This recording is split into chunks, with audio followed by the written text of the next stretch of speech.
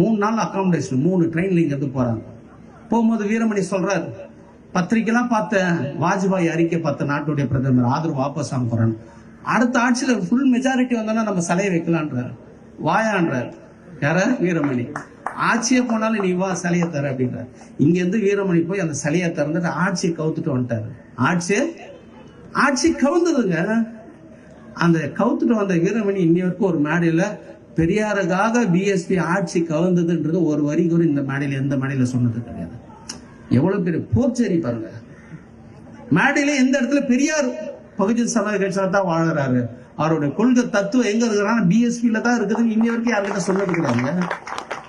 எவ்வளவு அயோக்கியதானம் பாருங்க.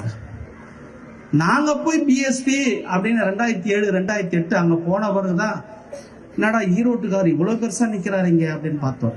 அப்ப கேட்டோம், என்னடா இந்த தாடிவாலாவுக்கு ஆட்சியே போச்சு.